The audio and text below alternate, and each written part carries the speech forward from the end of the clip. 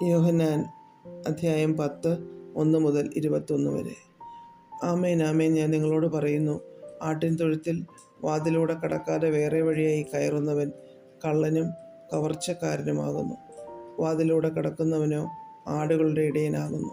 അവന് വാതിൽ കാവൽക്കാരൻ തുറന്നു കൊടുക്കുന്നു. ആടുകൾ അവൻ്റെ ശബ്ദം കേൾക്കുന്നു. തൻ്റെ ആടുകളെ അവൻ പേർ ചൊല്ലി വിളിച്ച് പുറത്തു കൊണ്ടുപോകുന്നു. തനിക്കുള്ളവയൊക്കെയും പുറത്തു കൊണ്ടുപോയ ശേഷം അവൻ അവയ്ക്ക് മുമ്പായി നടക്കുന്നു.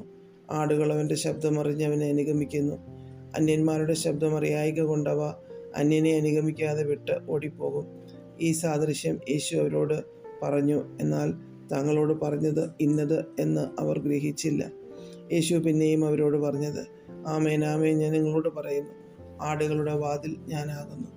എനിക്ക് മുമ്പേ വന്നവരൊക്കെയും കള്ളന്മാരും കവർച്ചക്കാരും അത്രേ. ആടുകളോ അവരുടെ വാക്ക് കേട്ടില്ല. ഞാൻ വാതിലാകുന്നു. എന്നിലൂടെ കടക്കുന്നവൻ രക്ഷപ്പെടും. അവൻ അകത്ത് വരികയും പുറത്തു പോകുകയും മേച്ചൽ കണ്ടെത്തുകയും ചെയ്യും. മോഷ്ടിപ്പാനും അറുപ്പാനും മുടിപ്പാനുമല്ലാതെ കള്ളൻ വരുന്നില്ല. അവർക്ക് ജീവനുണ്ടാകുവാനും സമൃദ്ധിയായിട്ടുണ്ടാകുവാനും അത്രേ ഞാൻ വന്നിരിക്കുന്നത്. ഞാൻ നല്ല ഇടയനാകുന്നു. നല്ല ഇടയൻ ആടുകൾക്ക് വേണ്ടി തൻ്റെ ജീവനെ കൊടുക്കുന്നു.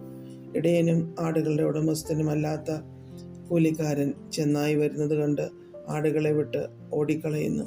ചെന്നായി അവയെ പിടിക്കുകയും ചിഹ്നിച്ചു കളയുകയും ചെയ്യുന്നു. അവൻ കൂലിക്കാരനും ആടുകളെക്കുറിച്ച് വിചാരമില്ലാത്തവനുമല്ലോ. ഞാൻ നല്ല ഇടയൻ. പിതാവ് എന്നെ അറിയുകയും ഞാൻ പിതാവിനെ അറിയുകയും ചെയ്യുന്നത് പോലെ ഞാൻ എനിക്കുള്ളവയെ അറിയുകയും എനിക്കുള്ളവ എന്നെ അറിയുകയും ചെയ്യുന്നു.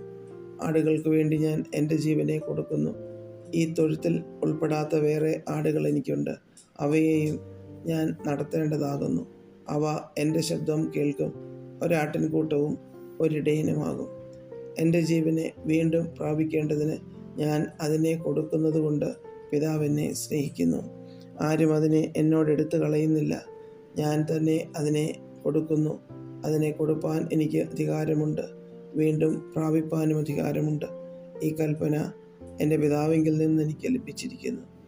ഈ വചനം നിമിത്തം യഹൂദന്മാരുടെ ഇടയിൽ പിന്നെയും ഭിന്നതയുണ്ടായി. അവരിൽ പലരും അവന് ഭൂതമുണ്ട്, അവൻ ഭ്രാന്തനാകുന്നു, അവൻ്റെ വാക്ക് കേൾക്കുന്നത് എന്തിന് എന്ന് പറഞ്ഞു. മറ്റു ചിലർ, ഇത് ഭൂതഗ്രസ്തൻ്റെ വാക്കല്ല, ഭൂതത്തിന് കുരുടന്മാരുടെ കണ്ണു തുറപ്പാൻ കഴിയുമോ എന്ന് പറഞ്ഞു.